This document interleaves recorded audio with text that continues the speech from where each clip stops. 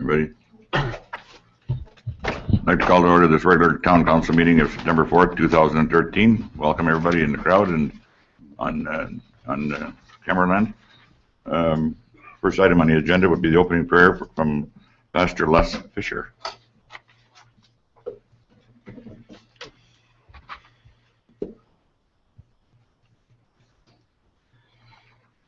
On the prayer that specifically for municipalities at this time as you prepare for the municipal election next month. I think we all need it. You don't have to bow your head, I just want you to listen.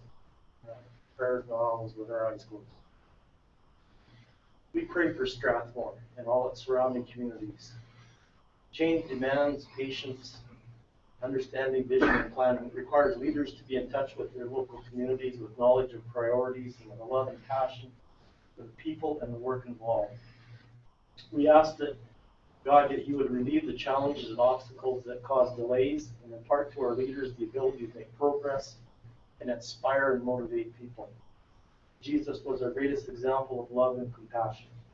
He walked among the people, he taught, he healed, he loved, he took a personal interest in their lives. We pray that our leaders will experience that kind of servant leadership in their own lives. We also want to thank each one of them. We ask your blessing upon the mayor and his family. We also pray for our deputy mayors, committee chairs, every member of council, that they will bring strong and principled leadership to this community. We bless their families as they balance their responsibilities between home and public office. Not only do the residents of this community look to them for leadership, but their actions are open to observation provincially and sometimes internationally. We pray that our leaders will be mindful of their integrity and that they accept their responsibilities with sincerity. May they always realize exactly what it means to be in a position of influence. And may their character and honesty help enhance the vision and future of our community. We ask your blessing upon the commissioners, general managers, fire department, police, civil servants who assist in the administration and operation of this community. We pray for effective and genuine cooperation between all three levels of government. The people are served with honesty and sincerity, and as a result find a new affection in their hearts for the well-being of others. We're aware of the diversity of population and that our leaders serve without bias, prepared to reach out beyond traditional boundaries of service to meet people in their time of need, to lead them into a bright and optimistic future. Please grant them wisdom and strength. May they experience fulfillment and peace in the service of others. Give them a personal revelation of Jesus Christ. And we ask this in the name of the Lord Jesus Christ. Amen. Thank you. Got to get you to send a copy to Edmund on that one, to the big house. Thank you. Any additions or deletions to the agenda? Nothing, Your Worship. Councilor Rocky? Nothing, Your Worship. Councilor Hamilton? Nothing, Your Worship. I just have a quick question on playground zone signage heading east on Wheatland Trail by the lake of Strathmore Lakes. So that would be 10-2? Sure. Yeah, Sure. 11. Councilor Remble? Nothing for me, Your Worship. Yep. Your Worship. Thank you. Move for adoption with the addition. Move to adopt. All in favor? Carried. Adoption, 4-1 adoption of the July 17, 2013 regular council meeting minutes. I move that council adopted July 17, 2013 regular council meeting minutes as presented. Y'all heard the motion, all in favor? Carried. 5-1, my party is not here yet. Could I ask council I can move them back to when they get here? Sure. 5-2 is Miss Marcy Rayon, sorry. Come forward to the mic, please. I'm here today about my water bill. Is the mic on? Administration, can you check it, please?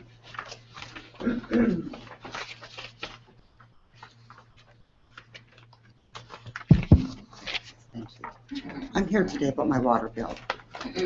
In April of 2011, I became ill and unable to pay my bills. My mother had taken over paying some of them, which included my water bill. She was called by the utility department to confirm that the payment come out of her account. I stopped then receiving a bill for whatever reason. I called every billing period because I was sick and my mother would get her water bill, but she would collect my mail and I would never get one myself. Sometime during this time, I had a very bad leak underneath my trailer, which I didn't know about.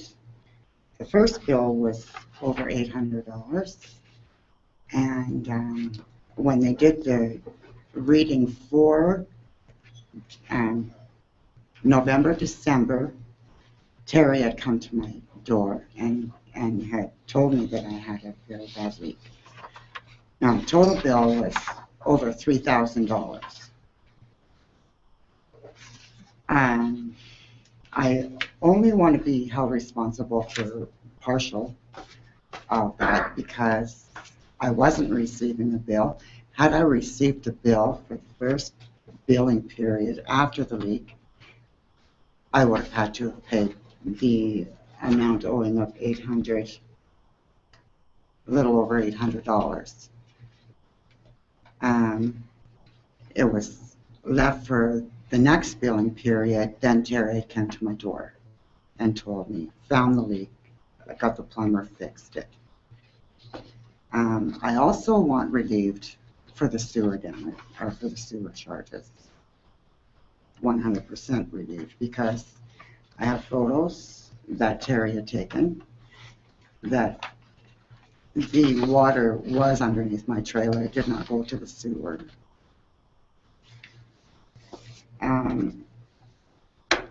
When I phoned the department and complained that I was not getting a bill, I gotten no satisfaction with any answer whatsoever. And it was mainly the post office's fault that I wasn't getting my bill. However, I did receive friendly notices through the mail about this outrageous amount of money that I had owed. I spoke when Terry was at my home. I spoke with Tracy, and she told me at that time my bill was $853.49. I had to get a recopy of that bill.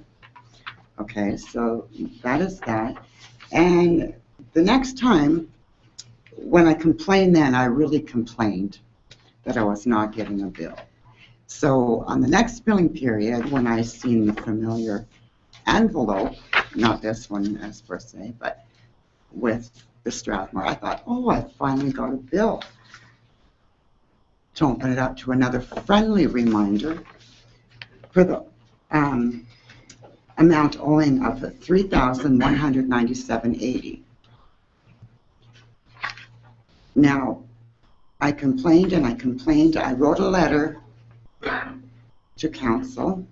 It was intervened by the staff at the town. When I came in and to complain about my letter being intervened, Lori Smith had told me that they had found the issue of why I was not receiving a bill and had fixed it, and that I would be receiving bills in the near future. And she was right, I was. Not exactly the bills I want, though, with those large amounts on it. I am presently on and was on a different payment plan. And through this payment plan, I was receiving friendly notices as well. When I would phone, they would state that there was glitch in the system, just dismiss it.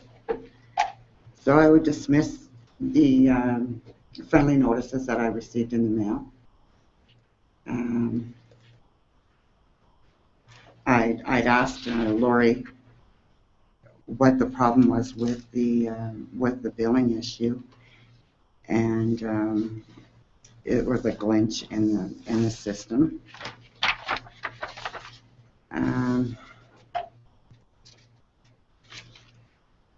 I have here a bill from my mother's account that states it's on a payment plan. Her payment came out of her account, but it did not come off of her bill. And when she phoned to inquire about it, she was told as well that there's a glitch in the system. Now, like I say, I understand I had a water leak. If from the time the water leak happened to the period where the reading was read, I understand being held accountable for that. I do. But for letting it run for 2 months after that, without notifying me, I do not think that is fair, because in this letter it states that they are not responsible for notifying people of high meter readings. Then I ask, why was Terry at my door 3 months into this leak? Why was I not just notified with a friendly reminder of a much higher bill? I feel that the town should have let me know earlier, and I'm asking for partial relief of my bill and full relief of the sewer charges. How much is your bill total? It was $3,197.80. Administration, is there proof of this glitch?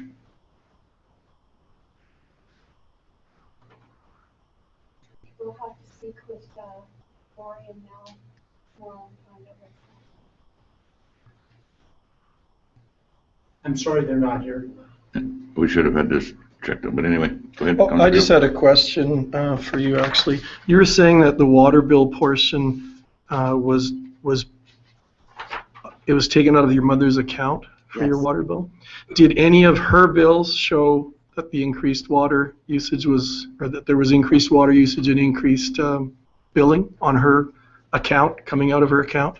No, she would pay it over the internet. No, she did not receive my bill. Okay. Just her own. Okay, but your water bill was going to her to come out of her account?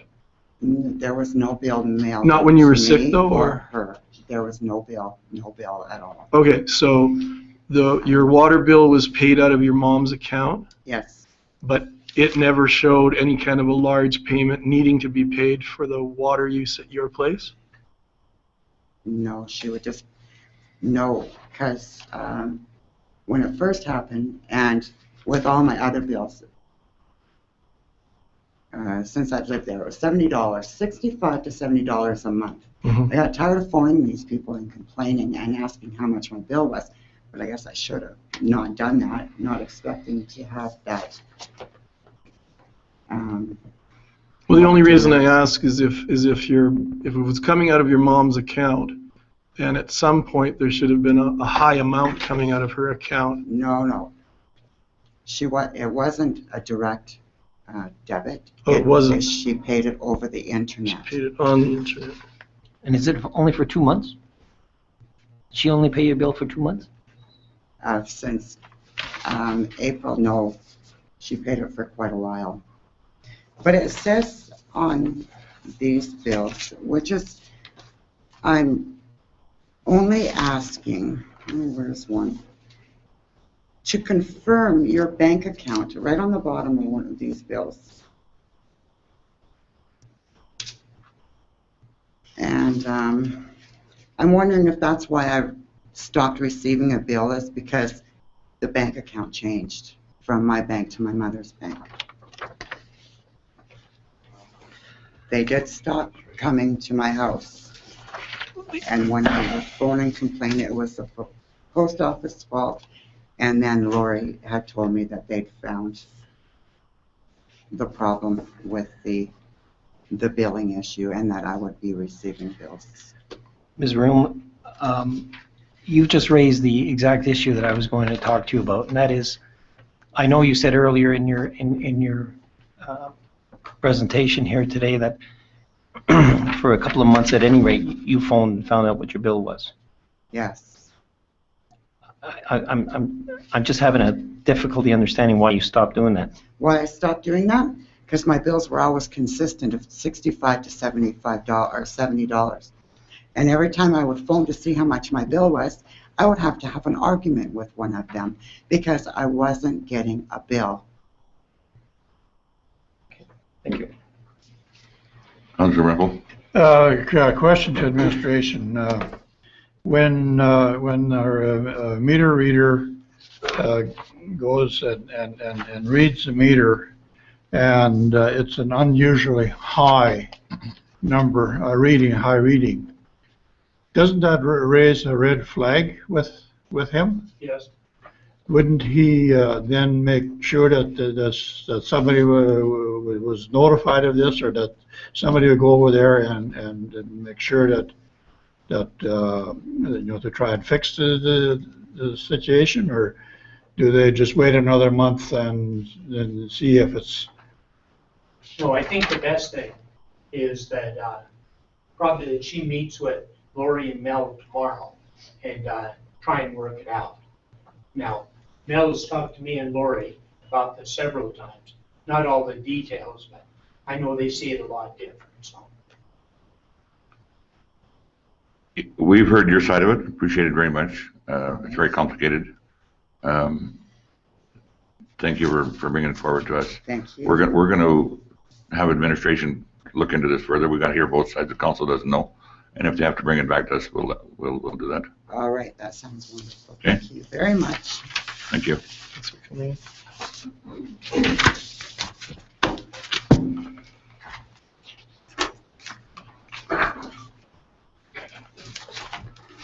Thank you. Thank you for your time. Council, my party has now arrived. If I could go back to the August Citizen of the Month. And yeah, Greg, you can come forward. It's Greg Halpert is the Vice President of the Lions Club. And for the Citizen of the Month for August 2013, the Strathmore Lions Club was formed on December 12th, 1938. The first charter night had 15 members, conducted on December 20th, 1938 in the Memorial Hall. At that time, the cost of a ticket was 50 cents. The Strathmore Lions Club has contributed greatly to our community, including the donation of the Children's Spray Park, contributions to the Aquatic Center, Handy Bus, Crisis Shelter, and numerous other projects, far too numerous to mention. They have enhanced our community through the hard work and dedication of our esteemed Lions Club members. The Lions are also proud sponsors of eyeglass recycling, over 3 million pairs to date. The Lions Foundation of Canada, which supplies 5 different types of dog guides, and the Lions Quest in schools, which is the Say No to Drugs program. They have been declared the #1 non-governmental service organization in the world by the United Nations for their years of service work. 100% of all their funds raised by Lions clubs through the public go back to the public with no benefits to individual Lions. In our district, there are 51 Lions clubs consisting of 1,525 members, 2 Lioness clubs, and 4 Leo clubs. The Lions are the largest service organization in the world with over 40,000 clubs in 206 different countries, with around 1.35 million members, including many esteemed members from our own community. Congratulations, Strathmore Lions Club. You are the cornerstone of our community, and council and the citizens of Strathmore are very, very appreciative of all your efforts. I am proud to name you Citizens of the Month for August 2013. We have a little plaque for you.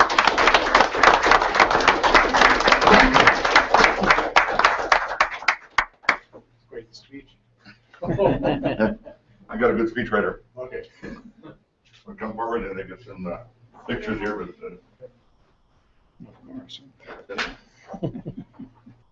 George, you can have that.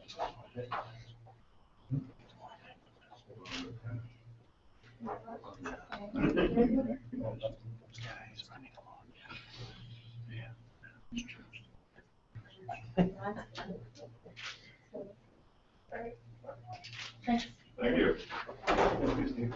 Congratulations. Yeah. Congratulations.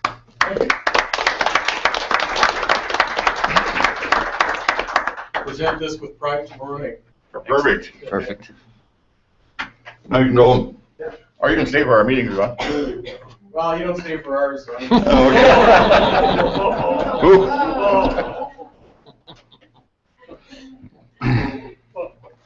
5-3, Mr. Trevor Dahl, page 15. Come forward, please. Good evening, Your Worship. I would like to thank you and everyone here for giving me a bit of the time. I'd like to introduce my wife and my two daughters, which is part of my family, which is one of the reasons we're here today. My name is Trevor Dahl. Our family became members of your town approximately 5 years ago. 4 years ago, became a permanent member of the town when we purchased our first residence as our first home in Briarwood. Just about 3 years ago, I got myself more involved with the town, which ended up a year ago, me standing about there, taking an oath as a member of the Strathmore Fire Department. The reason we're here, though, is I would like to have an amendment to the bylaw for having potbelly pigs as a pet. I do understand inside the law, when I did read it, it did state porcine animals. I would like the amendment to have that miniature pigs or of the potbelly variety, well, of the potbelly, would be allowed to be kept as pets inside the area of Strathmore. Reading the law, I did understand reading it that to me it seemed more focused as an agricultural based. And I completely agree with that. I don't really want my neighbor raising a herd of goats or a herd of sheep next to me in my yard. But as for our pig, it's not an agricultural animal. You yourself, sir, actually during the Heritage Day parade got to see me pulling him along in a wagon. And you've seen by the size of him at full grown, there's no way he's any type of agricultural profit there. He weighs about 30 pounds. He's not very big. We don't have any urge at this point even for breeding or creating that. He is neutered, he's fixed, he has all his vet care taken care of. Reasons why we would like to have the bylaw changed to have pet pigs allowed to be in Strathmore is just due to the type of pets that they make. They are extremely clean animals compared to what everyone seems to think and kind of the repertoire that they run with. So, I mean, being with that, there is next to no smell when you do have a pet pig, even living in your house or in your backyard. Everyone's worried about, toiletry habits, stuff like that, but a pig itself, if given the option, will not go to the bathroom anywhere where it lives. So if it lives in your house and it's house trained, it will do the same as a dog and ask to get let outside.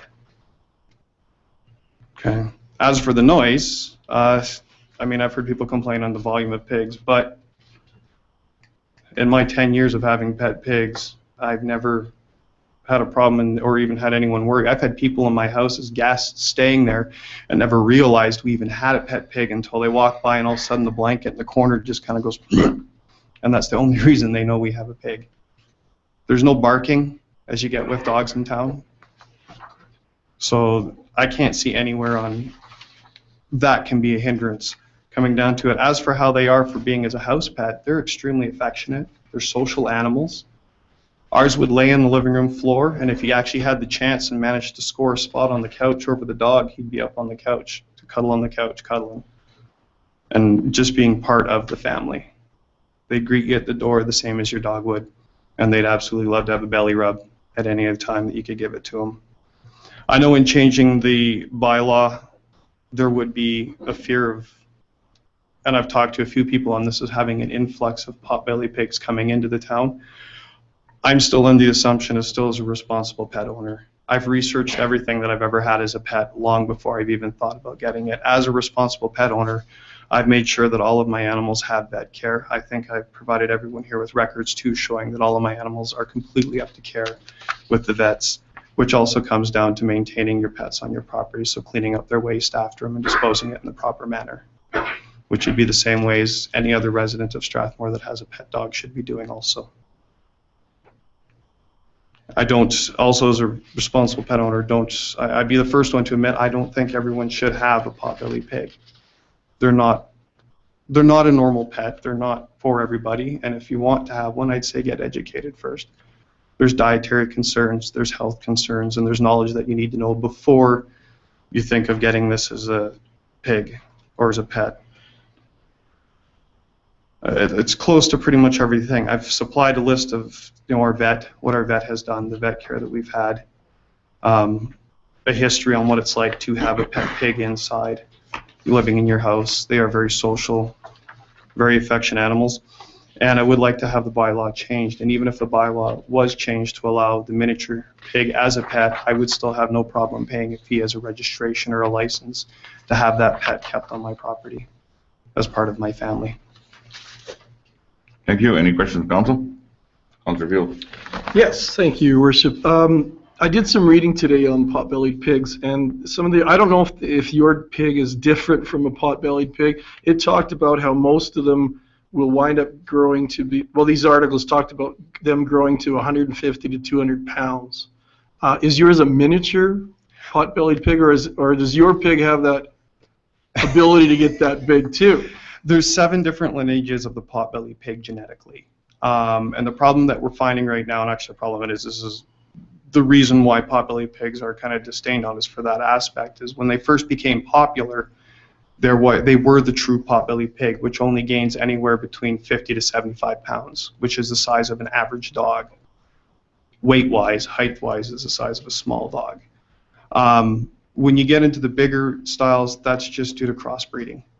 It's people not breeding properly. It's people that were just breeding it because all of a sudden it was the big fad, let's make a buck off of it. So if you had your way and there was a change in the bylaw, you would have it limited to the smaller variety Yes. of the potbelly pigs? Yeah.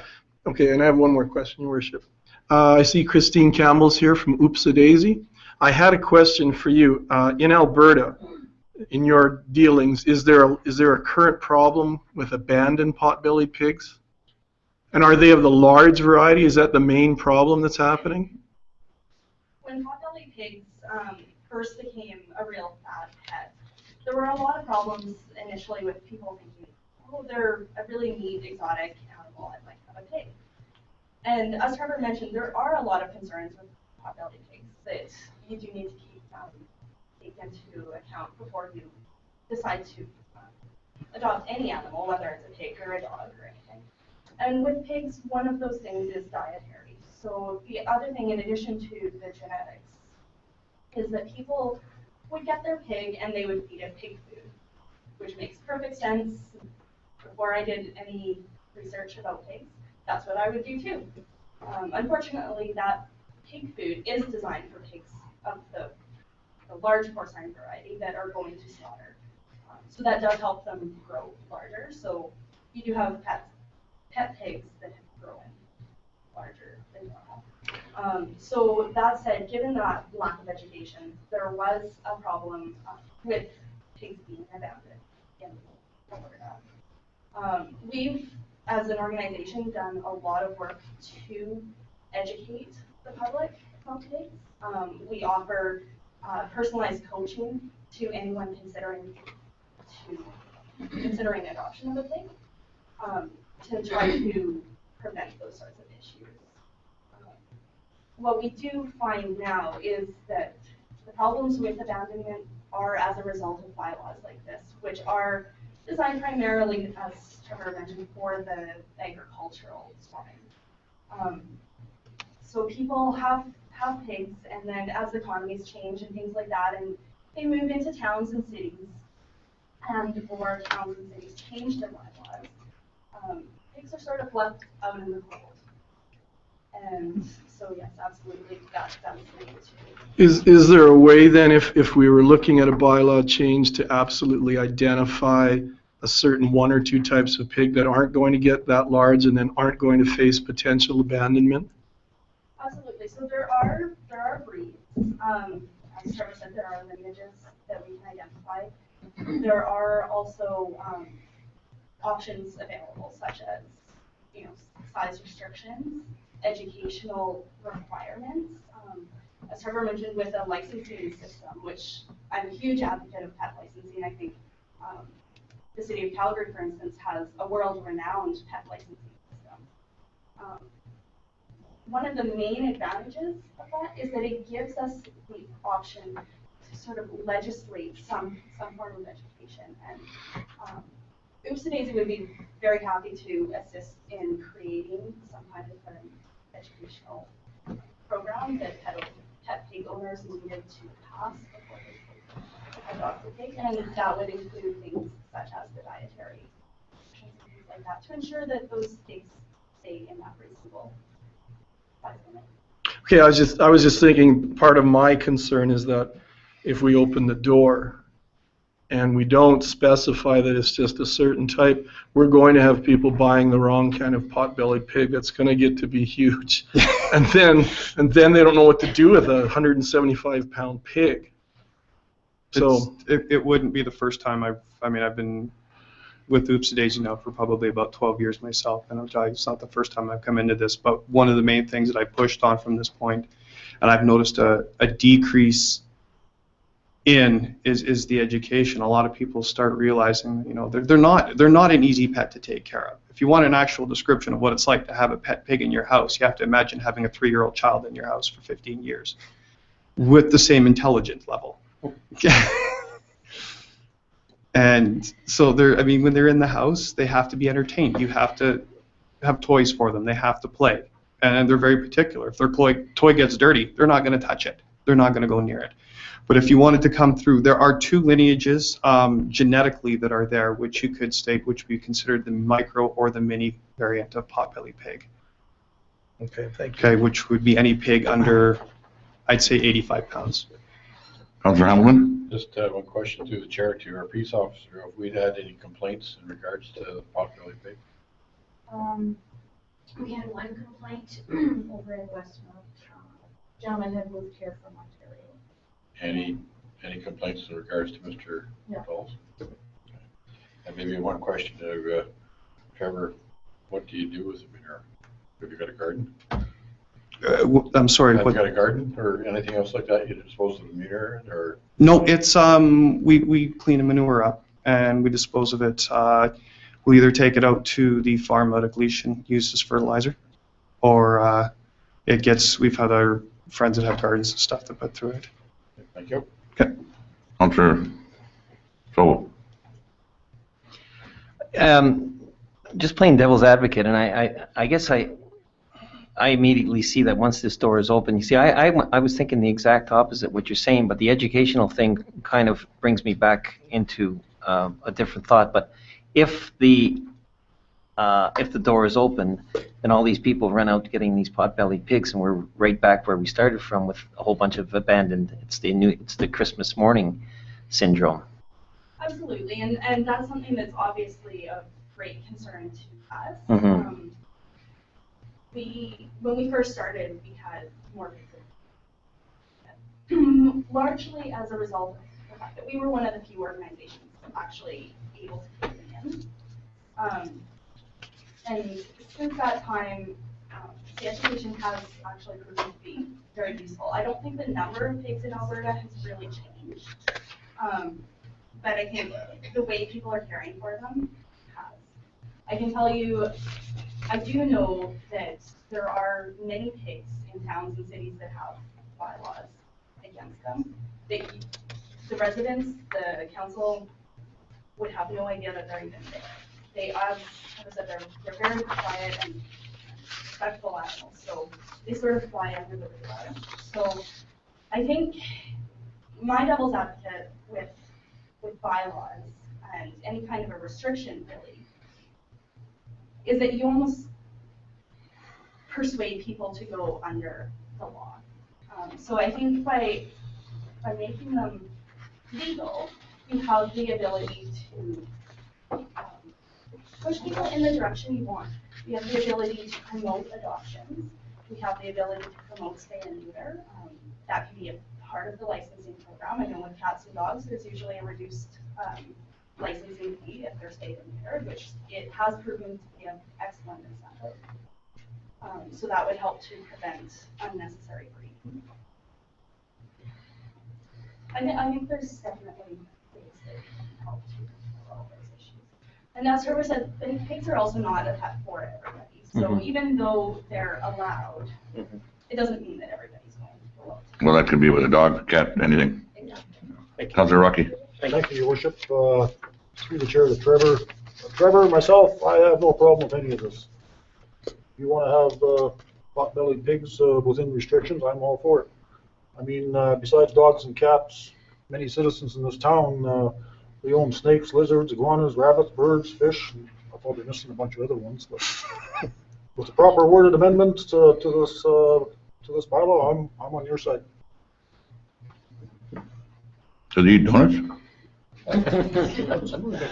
I eat donuts. Yeah. Councillor Rimble. Yeah, through the chair, I just want to say that it'd be very, very difficult, probably impossible to pass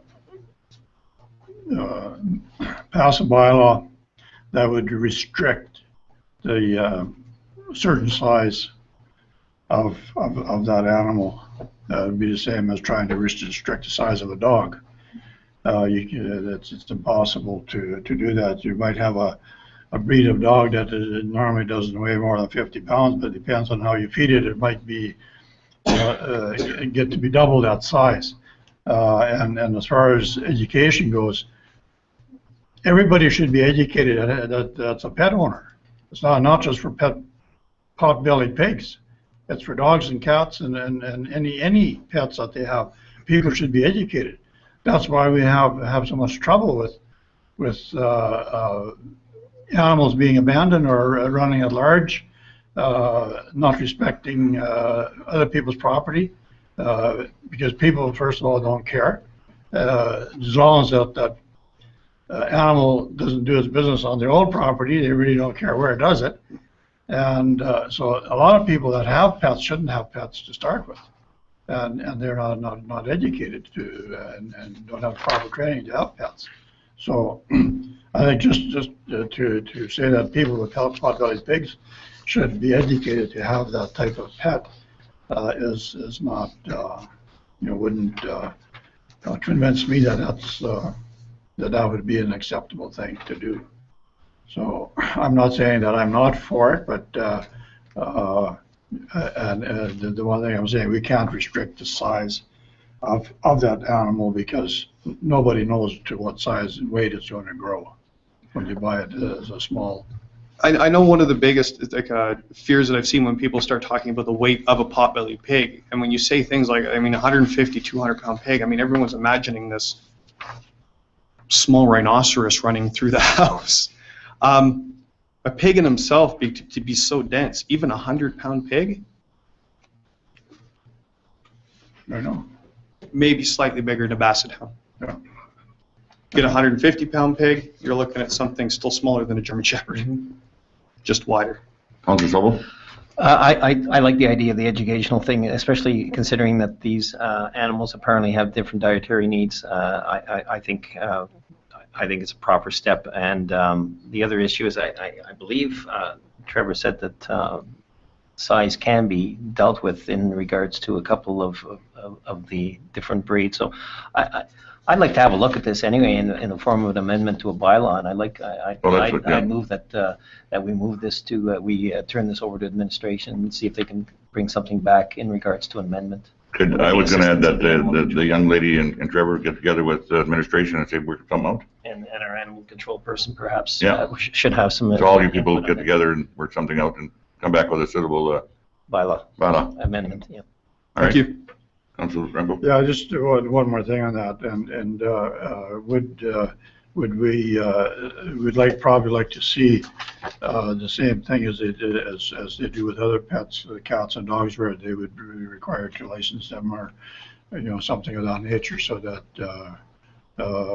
we have some way of having, be able to have a count on how many of these pets are in the community.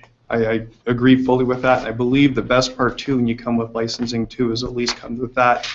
You know who has them, and you can make sure that, with a program that in place to say, okay, perfect, you have a potbelly pig. You should really talk to these people now to make sure that it stays how it's supposed to stay. And hopefully everybody would go the route you did and have it neutered so that it doesn't reproduce. Yeah, absolutely.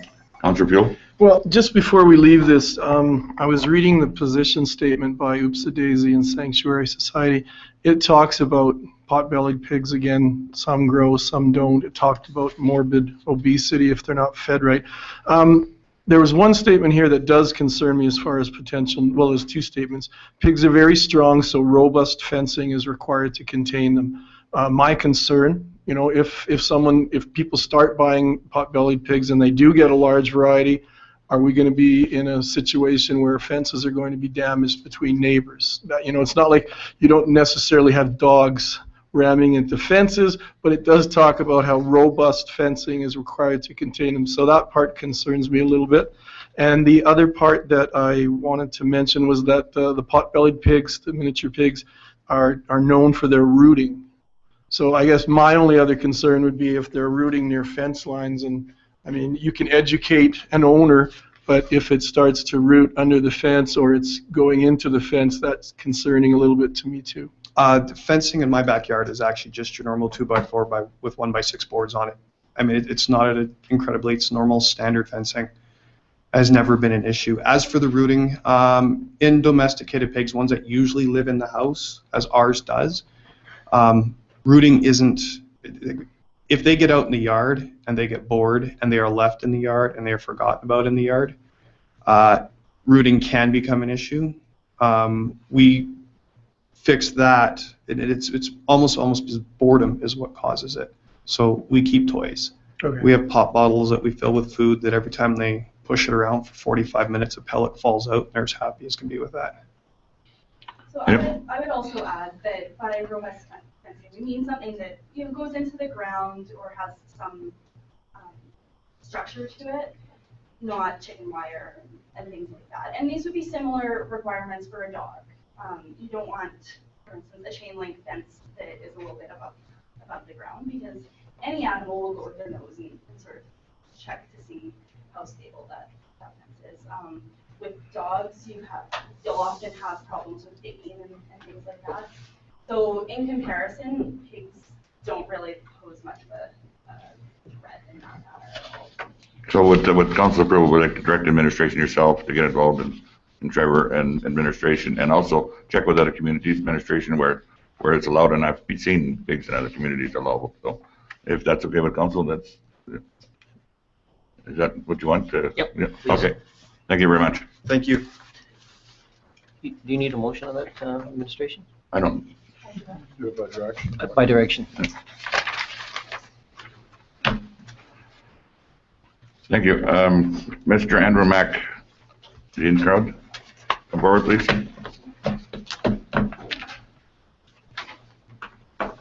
Thank you, Your Worship. Good evening. Councilors. Good evening. I'm here today to appeal a cleanup notice I received to my property at 15 Maplewood Green, attempting to grow a natural garden, and the point is to leave it undisturbed. I can't hear you. Sorry. I received a cleanup notice for my property at 15 Maplewood Green by means of long grass and weeds. I'm trying to grow a natural garden, and you don't disturb it. Questions from council? Sir, I'm not exactly sure why you're here. There's a recourse to this, and of course that would be to you obviously got an order. Yes. Disregard the order. Have you gotten summons yet? Disregarding the order? Well, that'll be next, Okay. and then you go to court and you plead not guilty and you fight this with the judge. I'm not going to overturn one of our officers' orders. I was directed here I believe it was either by administration or the officer. Well, I'm just saying my position. Okay. This is not something that I believe belongs in council. This is something that, it's a charge. It's a constable's, it's a peace officer's discretion to lay the charge, and I support them in following proper procedure, which is through our court system, of course. Councillor Hamilton? Yeah, Mr. Mack, thank you. You say this is a natural garden? Yes. What do you harvest out of this natural garden? You don't harvest anything. It's not for agricultural purposes. For what purposes is it then? Aesthetic. Well, I take the position of Councillor Sobel as well. I think this should be fought out in the courts, not in council. I would agree. I was ordered to come here, or requested to, so. Okay. Anybody else? Any comments? Thank you for your time, and don't blame anybody. I guess that's some miscommunication. Okay, thank you. Thank you.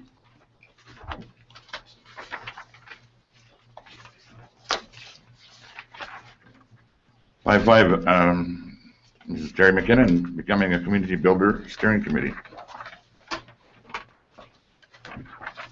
Well, Hi, Terry. how are you?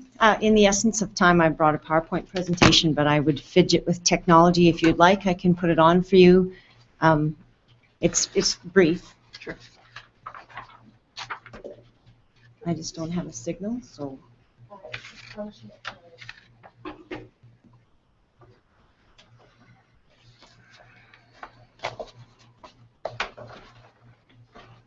My apologies. I'm here representing the steering committee for the Becoming a Community Builder initiative. Through a competitive process, the town of Strathmore and MD of Wheatland were selected to be a lighthouse community for an initiative that seeks, we were accepted to participate. This is an opportunity to increase volunteerism, business profitability, and strengthen community resiliency through training in a community capacity building emerging training practice. Becoming a Community Builder is a 15-week competency-based community and professional leadership development program offered with two distinct but simultaneous learning tracks. One for the general adult community service provider, non-sector driven, and the other track is specifically for high school students. The purpose of the Becoming a Community Builder initiative is based on two very simple principles. One, that people closest to the problem are the best equipped to solve the problem. And two, that education and support of grassroots organizations in community leadership knowledge aligns time, talent, and treasure towards a common goal. So efficiency always is the primary. So the purpose is to prove and establish in Strathmore and Wheatland County an emerging practice that, when present, enhanced community leadership capacity makes great things happen. It's not working. That's okay. In the competitive process, we came up with 6 desired outcomes for measurement of the attainment of instigating this initiative. 3 of them, the top 3 that we're using just for efficiency tonight, is increased alignment and connectedness of the community, the increased entrepreneurialism and support for locally owned business, and the enhanced leadership training for youth. This, as I mentioned earlier, is non-sector driven, so it breaks down silos. We've included government, education, community, and business in the programming. And in the selection, we were given a comprehensive, holistic, complete leadership development program and the training on how to deploy it here in Strathmore. And the access is unlimited, so it's not restricted in any way. All it requires is logging on and getting a username and a password. All of the management and registration, troubleshooting, technology, content development, and learning portal is owned by this community and region for perpetuity. That means when we undertake this initiative, after the initial staging and reporting, we will own that access to the learning portal forever. So that means it can be reused for high school students, it can be reused for new executives on community service boards, it can be reused as training for elected officials or any business team development. well, we're almost at the end anyway, so I'm going to save you. I did my 15 minutes. My ask tonight is twofold. One, that we have the participation of council in the registration username and password, so that you can participate and go through the leadership development program. And two, we did pay an initial tuition just to own the website for perpetuity, and that was made by some contributions. We have had some support locally. We're not asking for one specific organization to pay for the entire thing to date. Some of the sponsors that have stepped forward in small increments are Byron Smith Ford, UFA, Rocking Horse Energy, Marigold Library System, Grant Kleiber, Alberta Treasury Branch, NCANA, Primary Care Network, and Bow Valley College. I did make a presentation to County Council, the Wheatland County Council, 2 weeks ago, and they stepped forward with a financial gift, and I'm asking for support from the town of Strathmore as well. The request is for $1,000. That logo goes on all of the cascading marketing program, right from the media release down to posters, flyers, a DVD, a video for the schools, and every single hit on that website for perpetuity. That logo will be shown as an initial supporter for the program. Once we reach capacity for the tuition of the program, it is free for all citizens forever, and then the supporters at the front end will receive all of the credit for sustaining that, our ability to conduct it here. Questions from council? Councilor Field. Yeah, I just had a question for Terry. So the cost, do you know what the total cost of that website is for? $7,500. $7,500. Okay, so if we go through the 15-week program now and we want to go through it again next year with other people, we can still just go ahead and do that? Absolutely free. Okay, thanks. And it's absolutely free for any public person to participate. Once that tuition is paid, and it's unlimited access, you just need a username and a password. It's on demand. You can go through the live stream webcast if you want to follow the program on the 21-day change continuum. But because we're respectful of people's times and schedules, if you want to go in and do the competency at Sunday at 4 o'clock in the afternoon, you just need to log on with your username and password. It's a really non-traditional but exciting learning continuum. Councilor Sobel.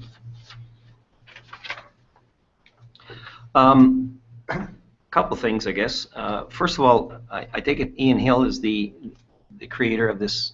Yeah, the content was developed by Ian Hill. So when it says it's facilitated, that's via computer. Yeah, that's the webcast. So we also, as part of the program, Ian makes 2 visits to the community. He will be here on Tuesday, October 8th, and then he comes back to the community as a celebratory event. So February 2014, after we finish the 15-week program, he'll come back to the community in a more of a celebratory event. With all due respect to Mr. Hill, and I'm sure he's properly qualified, I just don't see anything in that regard in all the information that I've received.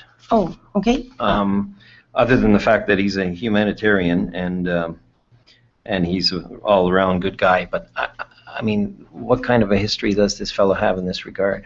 Okay, Ian Hill is the founder of the Let Them Be Kids Foundation, which is a North American-based organization that builds skateboard parks and playgrounds.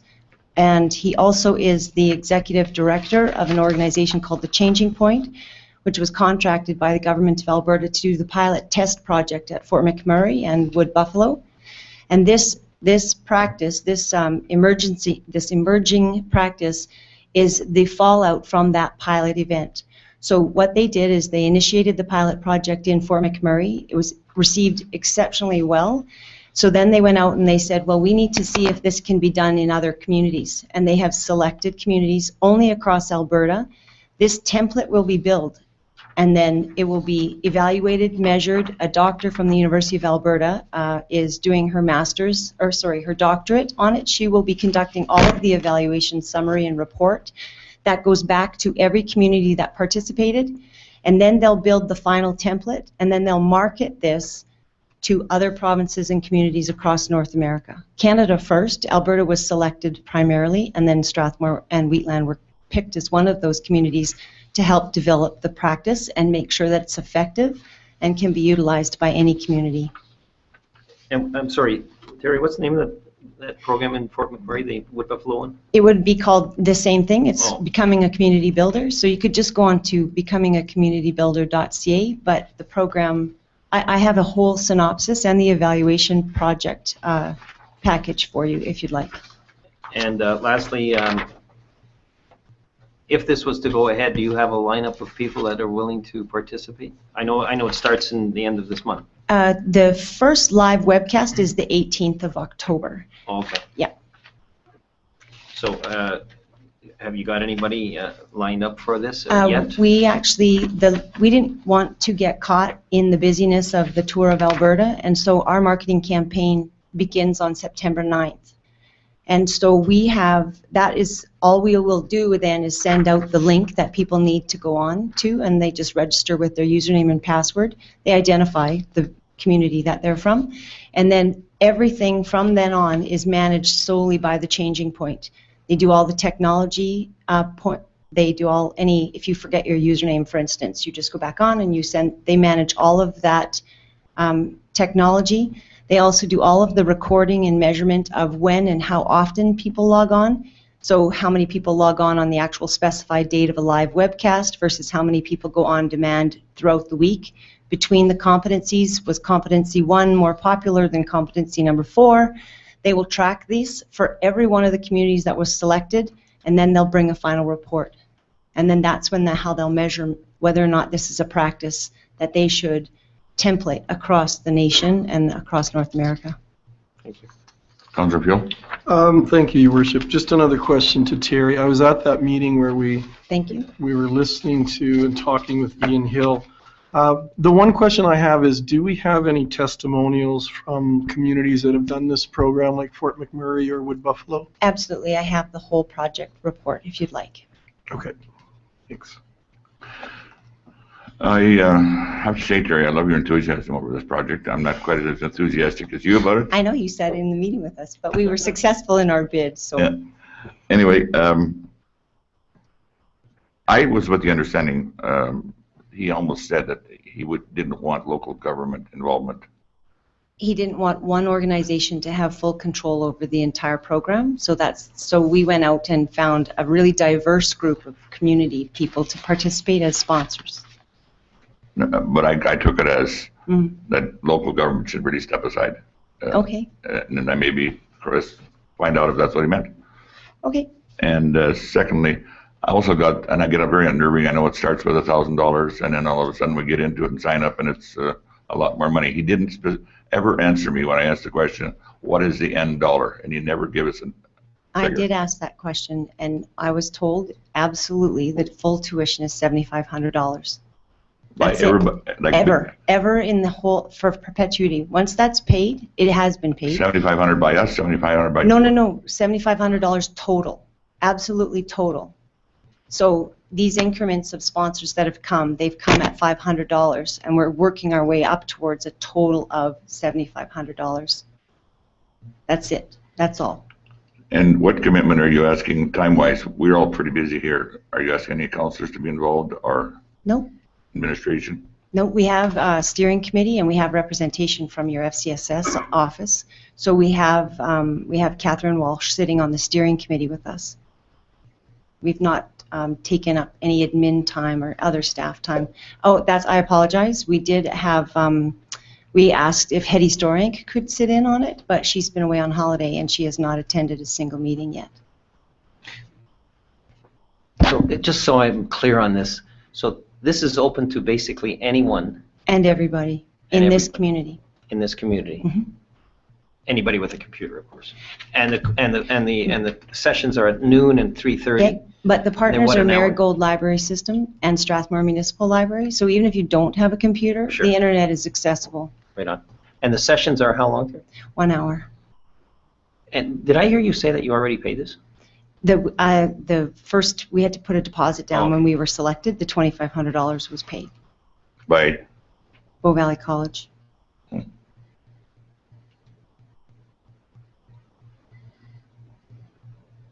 Council? I'd be wouldn't want to put in a thought, maybe throw in 500 just for the, might go somewhere with it. Council? Your worship, Terry, do you need an answer, you need a financial answer from us tonight? Well, we're filming the video tomorrow. We're in studio with the video tomorrow, so I would really very much like to include the Strathmore logo in that video. And then we begin on the 9th. The first media release goes out on September 9th, and then it cascades out from there. Then we go to posters, flyers, and then web links and things that can be embedded into existing websites. So also there'll be a link for that video that we can embed into the, for instance, into the Town of Strathmore website, the Strathmore Lions, like I would approach Greg. It can go into any of those websites. Those, they have all been approached. I'm presenting a Community Futures Wild Rose website. They've asked about how to embed that link on their site. So it can go almost anywhere. I'm presenting to Cheadle Lions, actually, next week. I was hoping we could put this over for council discussion, but that would be 2 weeks down the road. Okay, it's your choice. The request is out. Councillor Hamilton. Then I Councillor Rotovo. enjoyed your presentation, and not to throw any doubt on it, I'd like to ask through the chair to Catherine Walsh, what are your feelings in regard to this program? I know FCSS is involved. Not to put you on the spot. Yeah. It's you to come to a You meeting. know what, I'm waiting for word from council or whatever direction. And I'm willing to support the steering committee and sit on it and give them as much support as I can. Okay, thank you. You know, it's council, just to get on the program, gamble $500, and I mean, no, everybody else should be putting in 500,000. I mean, you're really stepping up to the plate there. Well, I was prepared to make a motion here. Yeah, you know, the effort on this, the focus on this is to have our community leaders become apparent and to increase volunteerism and greater community ownership. I mean, the goals of this are really something that we do as a community really do need. I have to put a little bit of trust in Terry. I think her history suggests that she's worth being trusted on this. I have a couple of concerns, but I'm prepared to take a leap to try to build some better leadership and volunteerism in our community. So I would move that we support this with a donation of a grant of $1,000. One time only. One time only. Councillor Field? Your worship, I don't want to come across as being pessimistic, but I do have a question in that, is there some sort of a signed contract that $7,500 is the be-all and end-all? Yes. Okay, so you have that. The You have invoice no- is gone. It's been accepted. That's Okay. it. All right, good, because I don't, I know. I do want to be honest, because I went to the meeting and I sat through the video or the audio conference, and I felt a little like I was in an infomercial, and that there was no way that we weren't going to get this lighthouse thing. I think Steve had also some similar concerns too. Mm-hmm. I don't mean to cast negative light on it. I just want to make sure that it's definitely Fair. the all and end all. Ian's coming to the community on Tuesday, October 8th, and if you have an invitation, he'll gladly come by. He's here for the morning. He meets with the Wheatland businesswomen at 8:30. He's having lunch with the CAO of the county at 1 or noon. His morning, we were hoping actually to get him over to the high school, and we were hoping to get him in front of the new founded arts community. Where is that? Oh, that would be probably at Rocky's Bakery. That would they don't have a meeting space. We would everything is very informal and grassroots driven, and that would be Okay. yeah. Thought we The had a leaders building I of. didn't know Oh about. no, they don't have a building. No. This is about horizontal leadership development capacity building. So we want to give the potential and the personal and professional development to as many community leaders as we can. So, and it's totally free to the community members to participate in it. And you guys all know that if you went to Banff for a week, that would be a $5,000 ticket per person. So this is pretty fair and equitable for the community at large. Well, y'all heard the motion. I just want to say that I'm not so much older than you. I've seen many of these presentations before, and I've got get very nervous about. We got burnt almost every time. Okay. But because of your enthusiasm and your sincerity, I would go along with the $1,000 too. So y'all heard the motion. Any further discussion? If not, all in favor? Carried. Thank you, council. Even luck. without, You're a good even, salesman. even without my technology. You know, you're a good salesman because, you know, the odds of winning coming in here weren't good. They were good. We'll see you on the 8th of October. Okay, thank you. Thank you.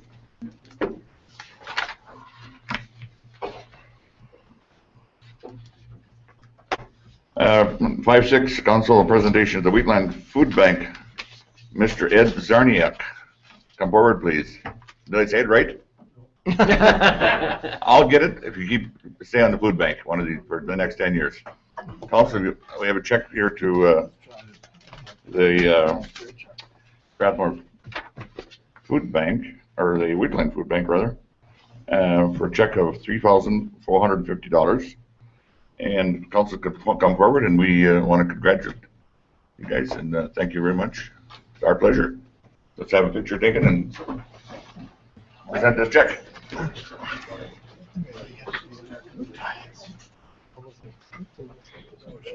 Your worship, I should mention, that's from the Canada Days. Yes, All the sorry. funds. Yeah. Can you move the guys over here though? Yeah, because their projection is gonna be right there. It's got 2 buttons. One button. Are you okay? Can you see us all? Rocky, you need to come out a little bit. All right. Straighten it out for this. Yeah. You ready? Yes. Only one time we take once. Oh. Got it. One more. One more. Thank you. Okay. Congratulations. Good job. On food bank, I'd like to thank you very much. Yeah. Special thank you to the little guy that's about the dinner with you. I hope you got a fun night. We're having dinner with them on the 13th. Okay. Yeah. Thank you for all your work.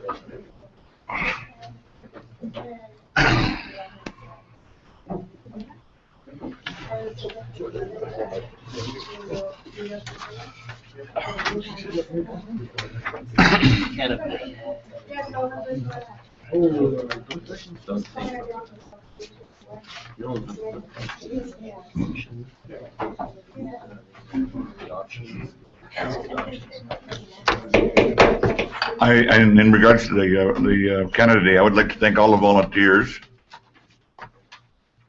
and all the donors that bought the various baskets and so on and so forth that were made, and this is what raised the money. Especially the people who so gallantly sat and operated the dunk tank. That was a lot of hard work and didn't look very much fun to me. Thank you, but you did a good job. Great job. Great job. Your worship. It's fun for me. Yeah, not so fun for me. Or Catherine, where is she? 6-1, renewal of the electrical distribution franchise agreement, page 65. Mel, thank you. Welcome. Thank you, Your Worship. Good evening, Council. Mel? Council gave first reading of bylaw 1309 on June 5th, just passed. Following the first reading, application was made to the Alberta Utilities Commission for renewal of the franchise agreement. There were no comments received from the public as a result of the public notice concerning the renewal of the agreement. The AUC has approved the renewal of the agreement. The bylaw is to authorize the Mayor and Chief Administrative Officer to sign the franchise agreement on behalf of the town. Those are all my comments. Any questions from council? If not, I guess they want it for tomorrow. Go ahead. Your worship, I would move that council gives second reading to bylaw number 13-09. Y'all heard the motion. Any further questions or comments? If not, all in favor? Carried. Go ahead. I move that council give third reading to bylaw number 13-09. You all heard the motion, all in favor? Carried. You need authorization to sign it, or is that? No, that was what the bylaw was all about. Okay, Thank you. thank you. There's no business. 8.1 library board appointments, page 117.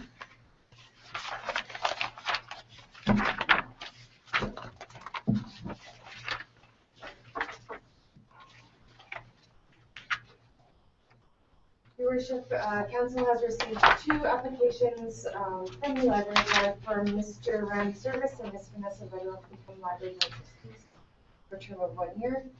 And that's administration's recommendation to appoint the library.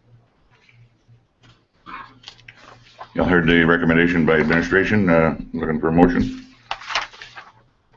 I move that council appoint Mrs. Vanessa Vetterl and Mr. Randy Service to the Strathmore Municipal Library Board for a term of 1 year. You all heard the motion. Any questions or discussion? If not, all in favor? Carried. Strathmore Municipal Library Day, page 119. Your Worship, another request from this municipal library.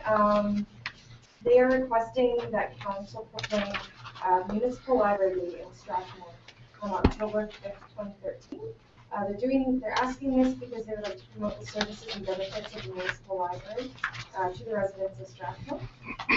So that is what they request, October 5th, Strathmore Municipal Library Day in addition.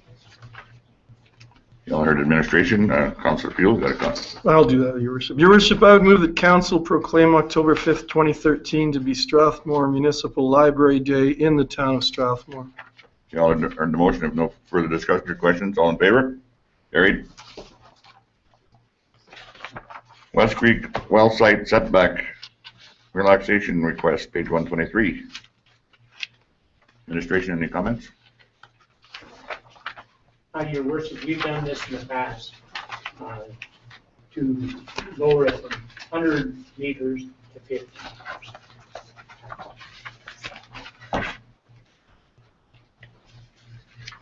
Are you speaking to this issue?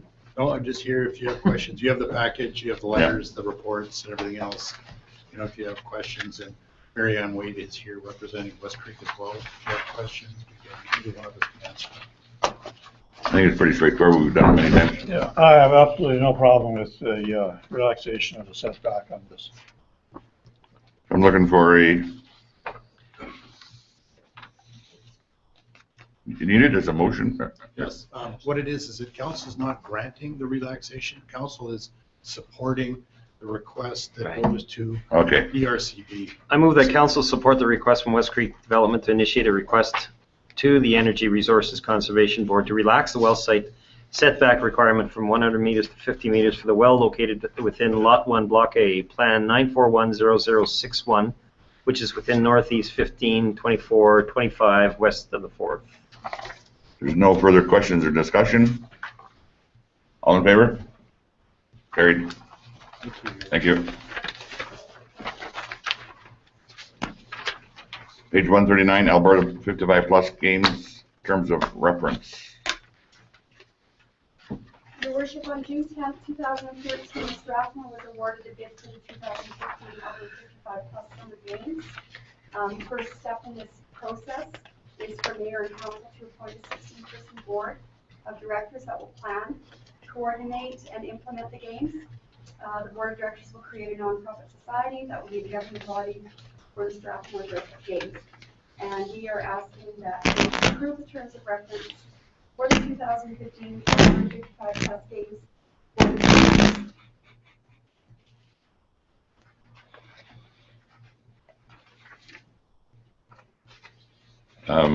Go ahead. I we ahead of ourselves a bit. We didn't even appoint. When do we appoint chair? This is for the terms of This reference. Yeah, and then the board would be after. The members would be. I move that council approve the terms of reference for the 2015 Alberta 55 plus games Board of Directors. You all heard the motion. No further discussion or questions? All in favor? Carried. 8.5 appointment, Alberta 55 Plus Games Committee appointments. And Your Worship, Donalda Ledeen was an integral part of the successful bid process to bring the games to Strathmore.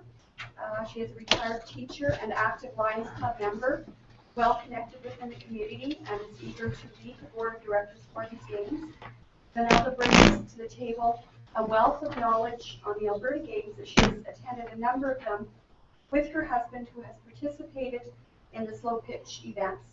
And she will work closely with the town of Strathmore to appoint the additional 15 directors to complete the Games Board of Directors. So we are requesting council to appoint Mrs. Donalda Ledeen as the chair for the 2015 Alberta 55 Plus Games Board of Directors, Strathmore. Councillor Field? Your Worship, I would just like to add that I taught with Donalda for about 25 years, and she's organized a great many events at our school. She was instrumental in many of the grad banquets, which are huge events and have become huge events.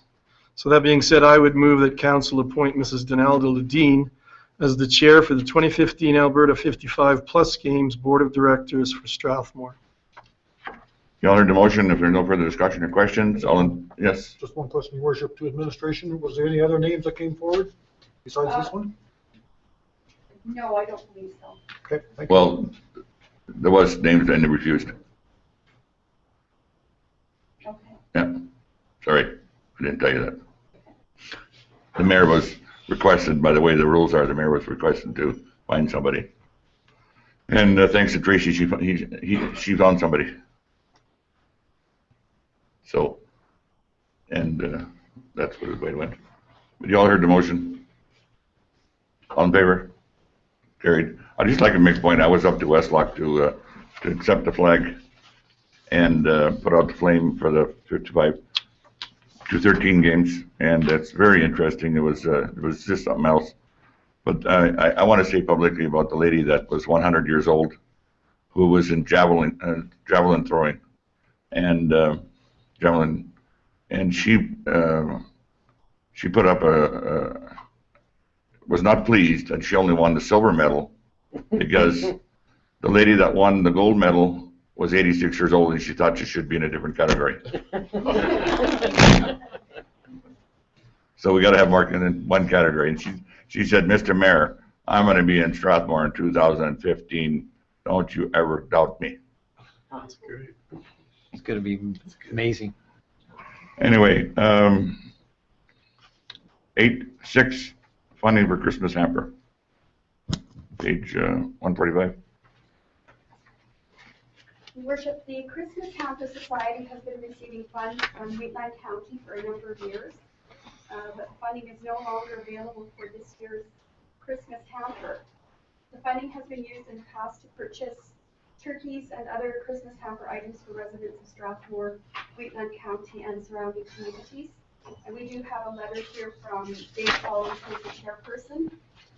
And they are requesting that council approve a grant to the amount of $2,700 for the purchase of Christmas hamper items to the Strathmore District Christmas Hamper Society for Christmas 2015. Questions from council? Councilor Rambo. Yeah, through the chair to administration. Is this saying here that Wheatland County are not contributing to our Christmas hamper at all? I can't answer that. Because a lot of these Christmas hampers go out into the rural area, into the county. Yes. And I would be very disappointed if the county, Wheatland, would withdraw their funding for the Christmas Hamper Society. Because after all, it's their people as well that would be hard done by if there's no support from them. There is a sentence here Yes. in the letter that mentions that Wheatland County have made it clear that their last year's grant was to be the last to that extent.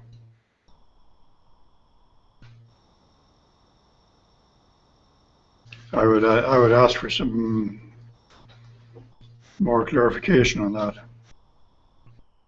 Counselor, regardless, we can't force them to do it. I'm not saying that.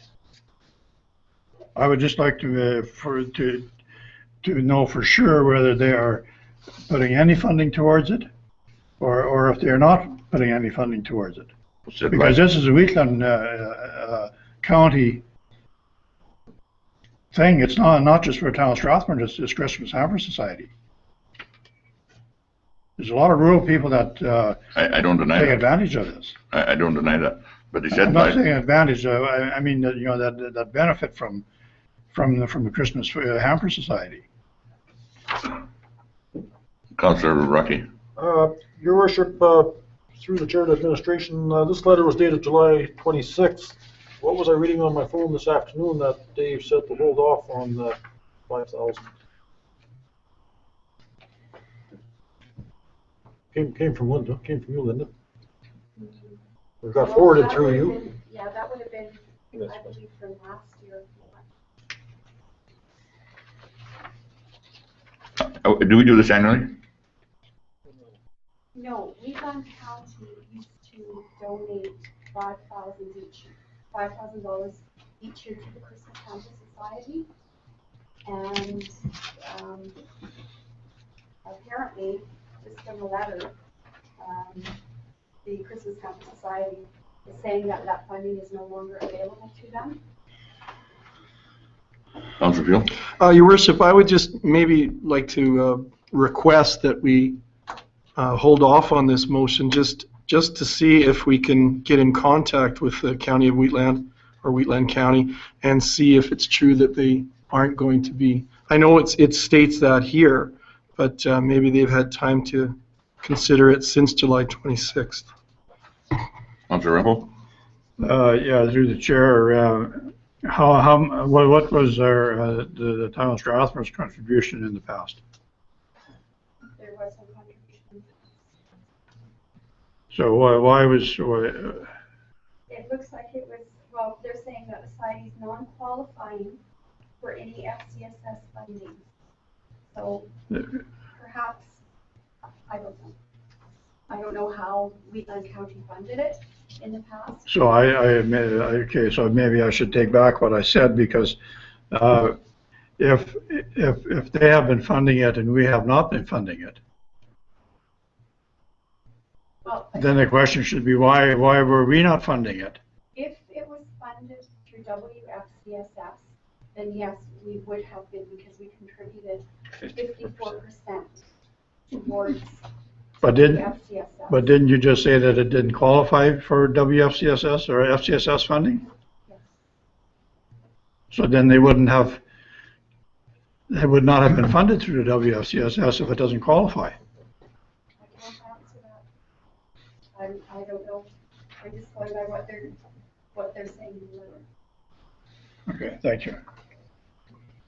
Councillor Field? Well, I was just going to say, then could we just get clarification from them just before we decide to spend the money? Is there a real time crunch right now? Is there an urgency?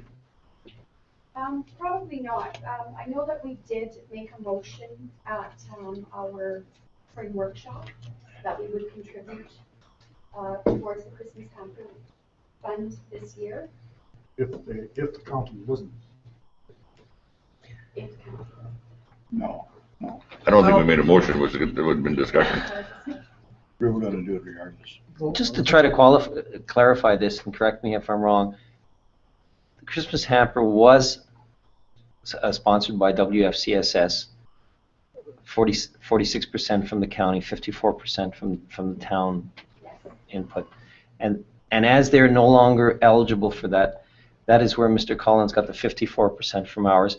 They're not saying that they're not getting any more money to supply goods in the county. They're just saying they're not getting it from county council. So we're making a presumption here that's, I think, very, very unfair.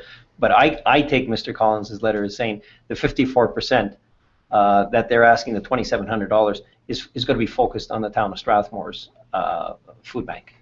That's my understanding of this. And if we have to get that qualified with Mr. Collins, then so be it. But that's where he gets that 54% from. My thing is that, I just hope that the county don't discontinue Well, we have no control over funding that very important. I agree. So can we get clarification? From Mr. Collins, just where is the 54% that he's asking, the $2,700, that funds that he's going to be directing towards Strathmore residents? Presuming he's going to have other funds for county residents as well. You gonna bring that back to the next meeting? Yes. Thank you.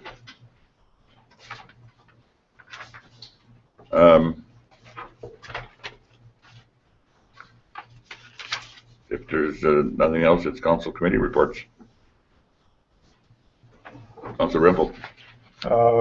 None of my committees met over the summer. Councilor Fuel. Sorry, Your Worship, Wheatland Housing.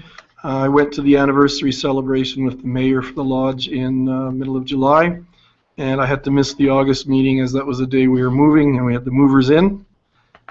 Second, library board, there's a meeting set for the last Wednesday of September, and we entered a float in the Heritage Days Parade.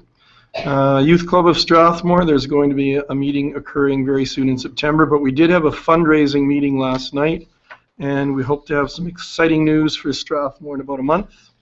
Museum Board, our next meeting is scheduled for the last Thursday in September. We did have a short one in July, but we are again fighting for members.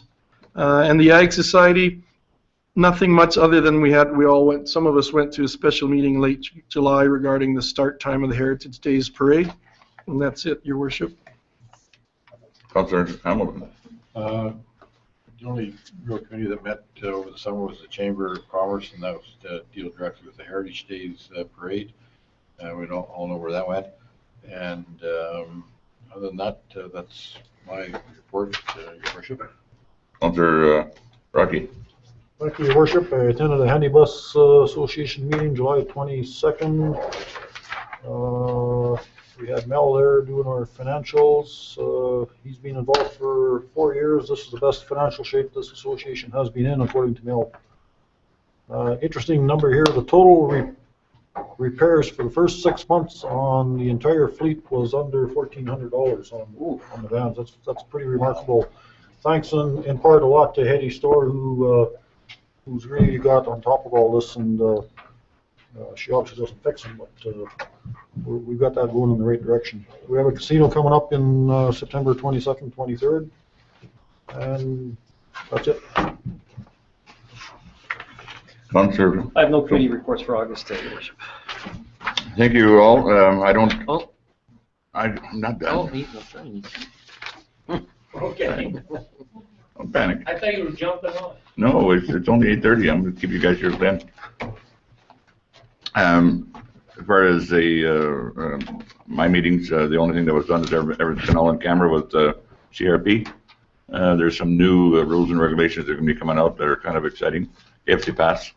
But it's all in camera now, and I'm not supposed to tell anybody, and I don't understand that. But anyway, that's all I can say right now until it's out in public. Administration. Yes, Your Worship, on building permits, a little over 16 million so far this year. On single family, it's been quite slow and continues to be. On the duplexes, it's been really good. And matter of fact, if you drive out to certain areas, there's some in Cancorps, the west, and if you go behind Walmart there, Lifestyle Homes, build a lot of duplexes. So duplexes alone, it's 4.8 million so far this year. I wanted to cover some of the industrial commercial projects, the bigger ones. I've got a large list here. I'll just pick out the key ones. Seamus Ryan is building an automotive shop, and as you know, it's right on 817, just pretty close to the Harvest Healing Church there. and that was $800,000, over $800,000. Some interior renovations in some of the businesses. Walmart, $2 million on one of the permits for their renovations out there. Amazing. I go out there off and on and I see a lot going on, but I had no idea it was $2 million. Starbucks, their renovations inside there, $374,000. Pizza Hut, their renovations, $100,000. And another one for Walmart, in addition to the $2 million, where they've been doing oil changes and so on, they're going to change it to Mr. Lube. In Calgary, you see Mr. Lubes all over the place.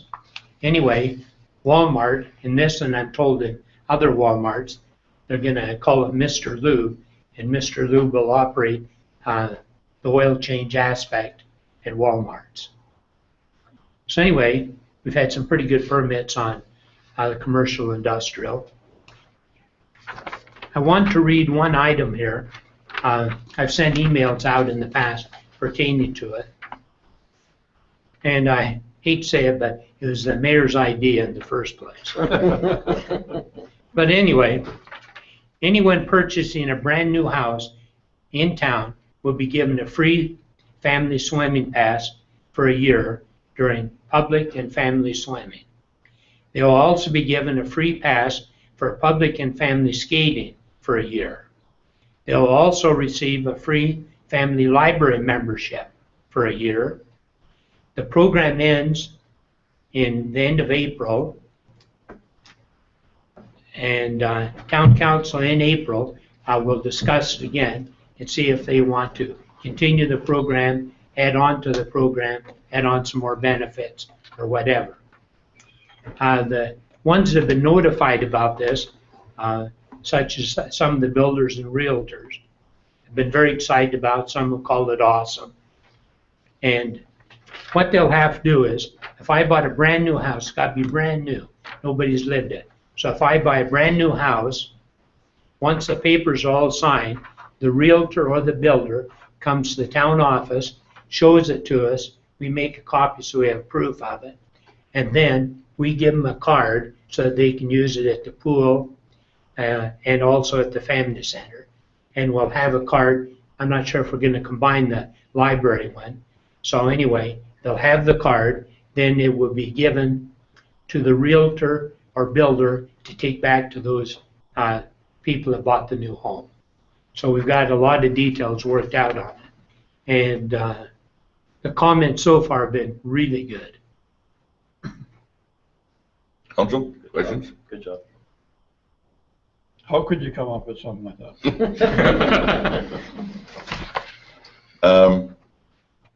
Thank you. That's it? Yep. Your Worship, if I could just add something? Yeah. I think with the way real estate's been going in Strathmore in the last few years, we really need to be aggressive in getting new homes built, and I think it's a great idea. So good job. Also, I want to mention that all council has been invited to the opening of the Harvest Healing Church on Sunday at 2 o'clock. So please show up there with me because I have to make a little speech.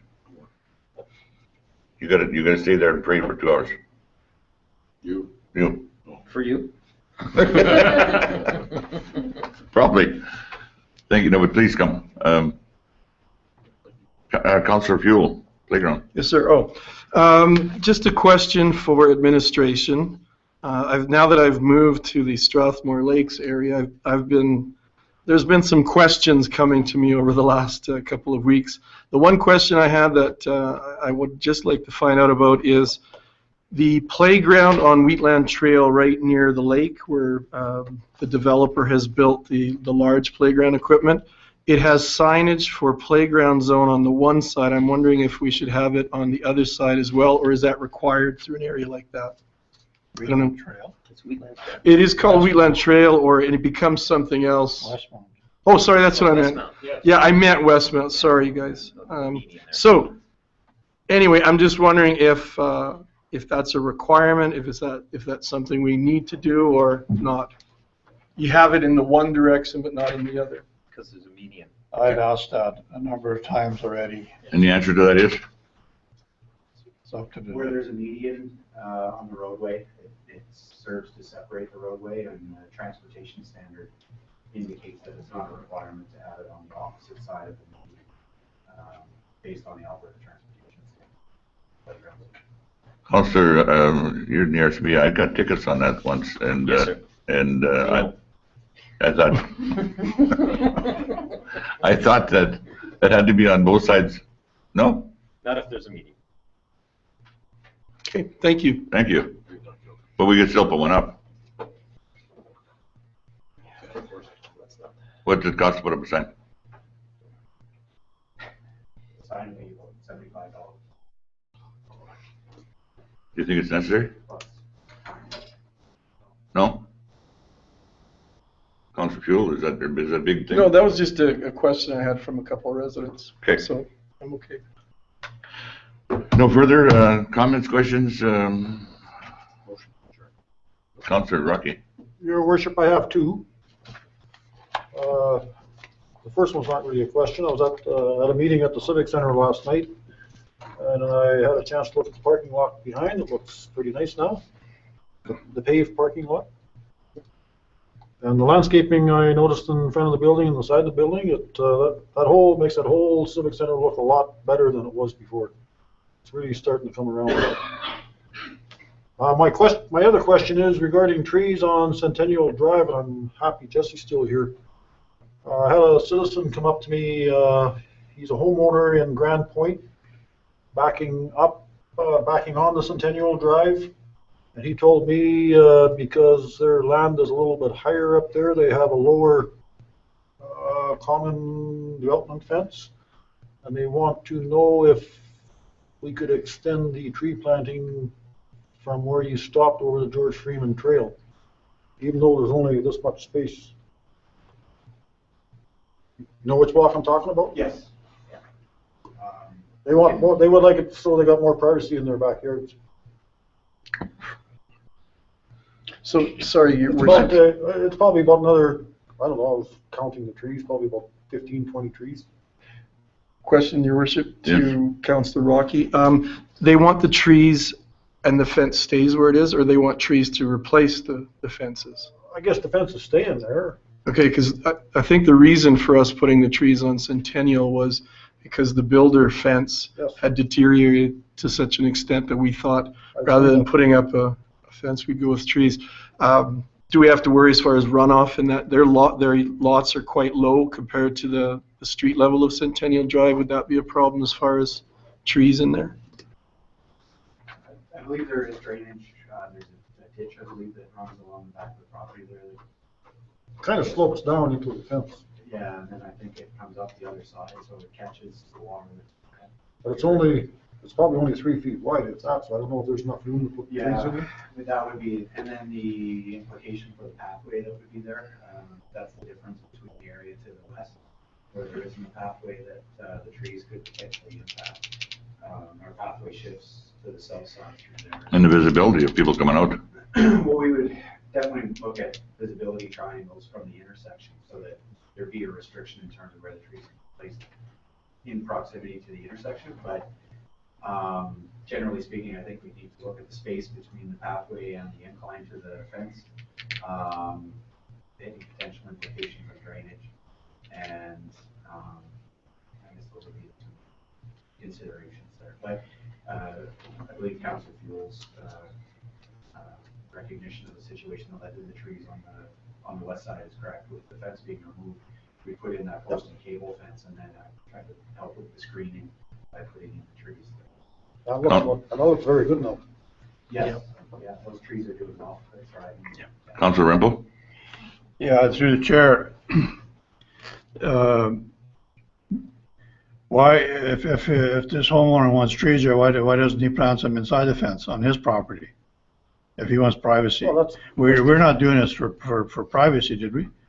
That's a good question, Councillor. I didn't ask him that question. But Anyway, I would leave Not this. to make light of the situation, but I'm just wondering why If he wants privacy, then, that's what I would do anyway. If I want privacy, I